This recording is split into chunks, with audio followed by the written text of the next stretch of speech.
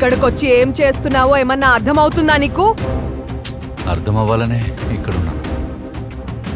ఈ ఊరి గురించి తెలిసిన వాళ్ళెవరు ఈ ఊర్లో అడుగు కూడా పెట్టరు. నువ్వు ఊర్లో అడుగు పెట్టడమే కాకుండా నా ముందు తల ఎత్తి మాట్లాడుతున్నావంటే అలాంటి నీకు గుద్ద బల్పు బాగా ఎక్కువ ఉన్నట్టుంది. ఊడియమ్మ, నువ్వు కూడా నాలాగే మాట్లాడుతున్నావు. అంటే నువ్వు కూడా మన బ్యాచే అన్నమాట. ఊరంతా దేవుడు దేవుడు అంటుంటే నేను నీ గెటప్ వేరేలా ఎక్స్పెక్ట్ చేశా. కానీ చూస్తుంటే చాలా డిఫరెంట్గా ఉన్నావు. ఈ కొత్త రకం దేవుడు గెటప్ చాలా బాగుంది. నన్ను చూస్తే ఈ ఊరంతా వణికిపోద్ది. అలాంటిది నువ్వు నా ముందు నిలబడి ఇలా పిచ్చి పిచ్చిగా మాట్లాడితే మగాడివైపోతావా? సరే, ఊరందరూ ముందు కాదు కానీ ఎక్కడికి రమ్మంటావో చెప్పు.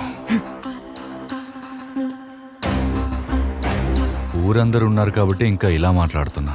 అదే 4 గోడల మధ్య అయితే నీ అందానికి ఇలా మాట్లాడితే సరిపోదు. గట్టిగా మాట్లాడతాను. వచ్చే వారం రోజుల్లో మా వంశీకులందరికీ కోటలో పూజలున్నాయి. ఈ వారం రోజులు ఈ ఊర్లో కానీ మా కోటలో కానీ రక్తపాతం జరగకూడదని పూర్వీకుల ఆచారం. ఒక్క వారం రోజులాగు నీ చావెలా ఉండబోతుందంటే ఇలా నిలబడినందుకు ఆ రోజు బాధపడతాం. ఈ ఊరు గురించి నీ గురించి మొత్తం హిస్టరీ తెలుసు. అంతేకాదు, మీరు ఈ ఊరు జనాల్ని ఎలా మోసం చేస్తూ ఎలా వాళ్ళని మీ కోటకి బానిసల్ని చేశారో మొత్తం నాకు అర్థమైంది.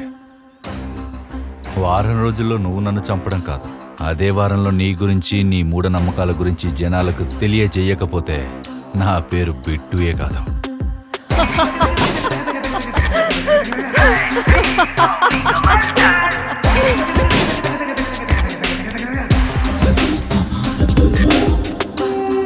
నీకింకా ఈ ఊరి గురించి, ఊరి వెనకున్న కథ గురించి సరిగ్గా తెలిసినట్లేదు.